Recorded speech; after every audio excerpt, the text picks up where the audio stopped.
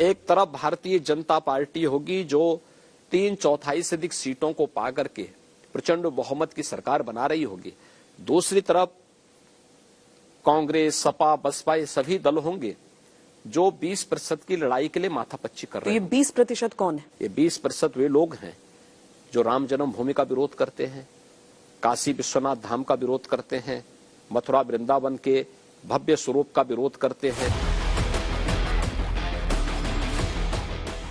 मुख्यमंत्री 80 बनाम 20% की जो बात कहते हैं, इसकी वजह समझने के लिए आंकड़े देख लीजिए। 2019 के लोकसभा चुनाव में यूपी में अगड़ी जाति में आने वाले 82% ब्राह्मण, 89% राजपूत, 70% वैश्य और 84% अन्य अपर कास्ट ने बीजेपी को वोट दिया। पिछड़ों में 23% यादव, 80% कोयरी कुर्मी, 72% अन्य ओबीसी मतदाता बीजेपी गठबंधन के साथ रहे। SC/ST में 17% जाटव और 48% अन्य SC जातियों का वोट बीजेपी के खाते में गया। इस तरह 8% मुस्लिम वोट का हिस्सा पाने वाली बीजेपी बहुसंख्यक 80% वोट में बड़ा हिस्सा लेकर यूपी में 8 साल के भीतर 3 चुनाव में नंबर 1 होती आ रही है। अब इसी बहुसंख्यक वोट कहें या कहें कि 80% वाले बीजेपी के हिंदू वोट बैंक को समाजवादी पार्टी बीजेपी के ही ओबीसी चेहरों को शामिल करके तोड़ना चाहती है। सरकार बनावे दलित और पिछड़े और मलाई खावे वो लोग अगड़े 5% लोग। मैं कहना चाहता हूं, आप कहते हो नारा दे रहे हैं 80 और 20 का,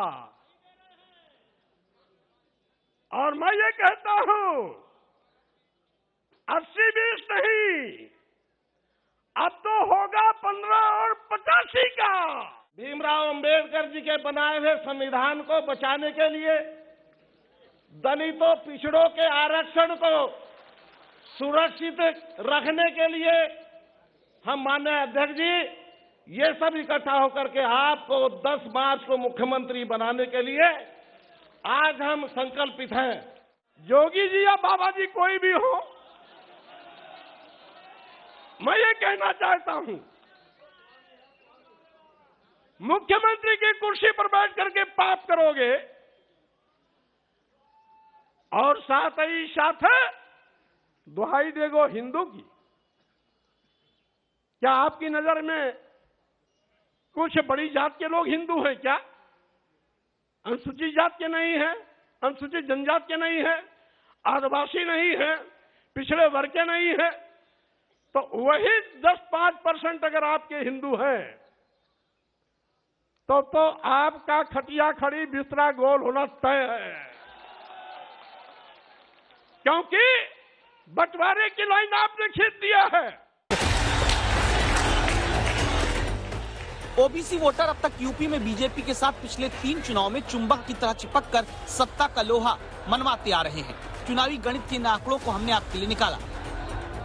2014 के लोकसभा चुनाव में बीजेपी गठबंधन को 27% यादव, 53% कोयरी कुर्मी और अन्य ओबीसी का 61% वोट मिला। समाजवादी पार्टी और उसके सहयोगी दल को तब 53% यादव, 17% कोयरी कुर्मी, 23% अन्य ओबीसी जातियों के वोट मिले थे। 2017 के विधानसभा चुनाव में 10% यादव, 57% कोयरी कुर्मी, 61% अन्य ओबीसी मतदाताओं ने बीजेपी को वोट दिया था, जबकि 66% यादव, 18% कोयरी कुर्मी, 12% अन्य ओबीसी जातियों ने एसपी और कांग्रेस के गठबंधन को वोट किया। सरकार तब बीजेपी की बनी।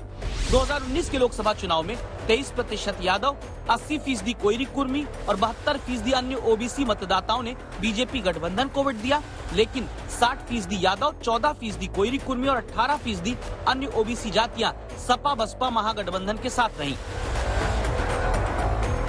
ये आंकड़े बताते हैं कि ओबीसी वोट का बड़ा हिस्सा अगड़ों के वोट के साथ मिलाकर बनाई गई खिचड़ी से हासिल करके बीजेपी चुनाव जीतती जा रही है। गोरखपुर से गजेंद्र त्रिपाठी के साथ समर्थ श्रीवास्तव, लखनऊ आज तक।